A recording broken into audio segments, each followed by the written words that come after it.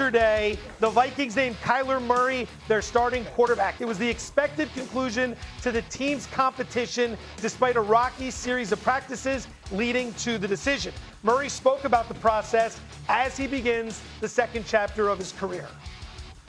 The whole process was great. You know, full transparency from KO to me to JJ to everybody in the room. You know, the competition was what it was, and it's everything I expected it to be. I didn't expect to be handed the job or anything like that. I just expected to come here and compete, and I'm very appreciative of how it was handled. All right, our football team is here, suited and booted. Shefty, we're going to begin with you. Empty the notebook for us and take us through how the Vikings arrived at this decision and why they chose now to do it. Well, I think this is the decision that most people expected when they signed Kyler Murray. Kyler Murray picked the Vikings as much as they picked him. And the Vikings had moved on, not their choice, from veterans like Daniel Jones and Sam Darnold and watched those quarterbacks thrive in other cities. They wanted a veteran quarterback presence, somebody capable of winning their starting job and taking this team back to the heights it achieved a couple of seasons ago. They identified Kyler Murray as that guy. You can't say that they let this competition play out as long as it could have because they named Kyler Murray before they played a preseason game. So clearly they wanted Kyler Murray to be the guy. They turned to him yesterday, and they are hoping that he can revive his career. He's also on a deal that expires after the season. He has a clause in his contract that says he can't be tagged, and if he plays the way that they think he can and he wants to, he's not going to want to leave there. He's going to want to be in Minnesota. They're going to want him there. So this is set up for both sides to enter into a long-term relationship. All right, so the starter reps are there. The Vikings can move forward with their guy. Lewis, take me through it here. In year one under Kevin O'Connell, who has worked some magic with other quarterbacks, what's the upside here? Look, I think he now puts them in position to win the division. Like I think the NFC North is up for grabs. And if they can get 2024 Kyler to go ahead and kind of like resurface here in 2026, I think you're going to see this offense really take off and go to another level. This is tape from 2024. This is what Kevin O'Connell and the fellas, Josh McCown, were watching. Operation from under center, ball handling, play action passing, layering the football second and third level with accuracy. How about this? How about this pre-snap recognition, understanding the matchups that you have? Here they're going with a 7-step drop, half roll, play action pass, deep shot here on a 7 route in the corner. I mean, that's right there. That's textbook. That's just how you draw it up. That's the kind of thing that Kevin wants to get to. That's the kind of thing that most people don't really associate with Kyler Murray. They think he's really strictly just a gun quarterback who runs around, makes second reaction plays, and really wins with his legs. He can win from the pocket now. And I think this, for them, this really wasn't about a competition. This was about confirmation of what they saw on tape in 2024. And as long as he showed something like that, this job always was his. All right, so Harry, help me out with something. Our friends at DraftKings have Minnesota right around 5-1 to win the NFC North. That's worst of all 4 teams that are in that division. Detroit's got some injury concerns. Chicago's got some injury concerns. We haven't heard a whole lot about Green Bay this offseason. Micah Parsons is still out. Do you see the Vikings being a team that can win this division? No doubt. They would have easily won it a season ago if they had competent quarterback play. They went 9-8 in 17 games. And the way this team is made up right now currently, you look at that defense that was just about top 10 in every statistical category last year, and you have one of the best pass-catching groups in the NFL, solid offensive line when they're healthy. They don't need Kyler Murray to go out there and be Superman. All we need you to do is be a ball distributor, and when the play asks you to be astronomical, that's when you do it. So you have the weaponry everywhere. You have the defense to back you up. But I do believe if Kyler Murray is playing very, very well, that the Minnesota Vikings can win this division, and I don't think it's something that people should be questioning.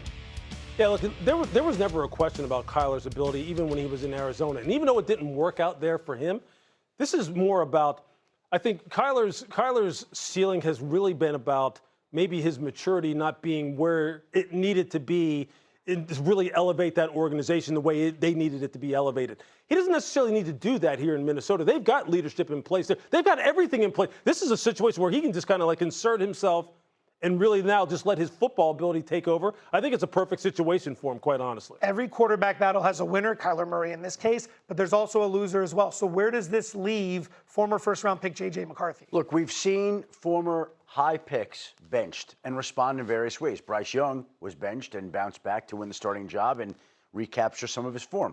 We've seen other quarterbacks like Anthony Richardson, Trey Lance get benched and not recover.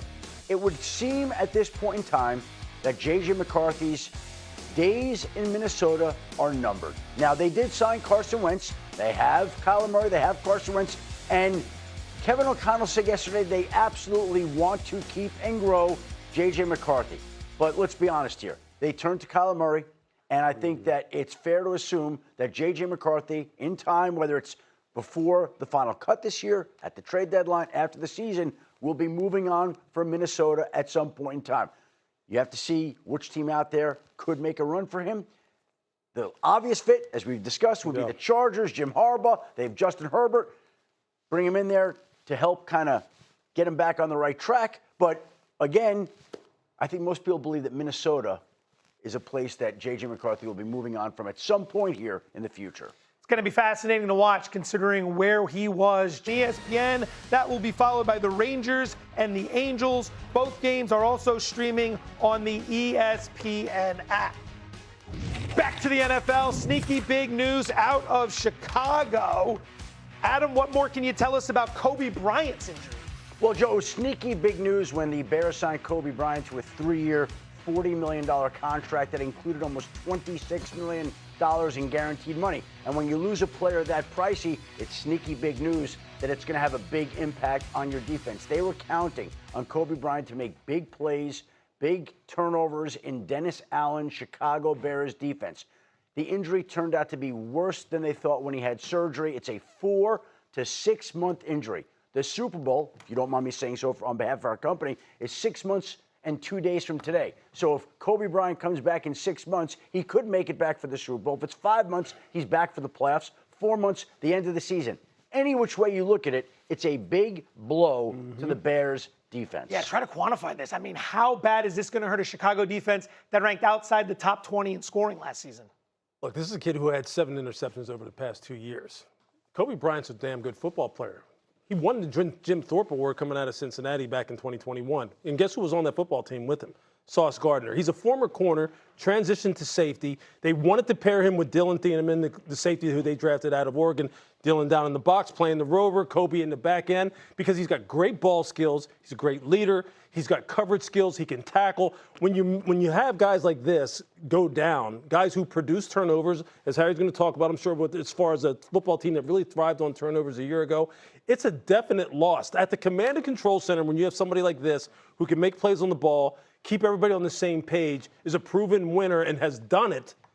You miss those kind of guys for an entire season, it can throw everything into chaos. Your thoughts on Chicago now that Kobe Bryant could be out for the entire season? Well, one of the things that Lewis is alluding to is the versatility of Kobe Bryant. So you lose that piece of the puzzle, him going down with the injury, but he's a Super Bowl champion. And whenever you're on a defense that was as dominant as Seattle's was a season ago, the communication factor is going to be there. I understand how Mike McDonald teaches and preaches guys from a communication standpoint, but the Chicago Bears led the NFL a season ago in takeaways with 33.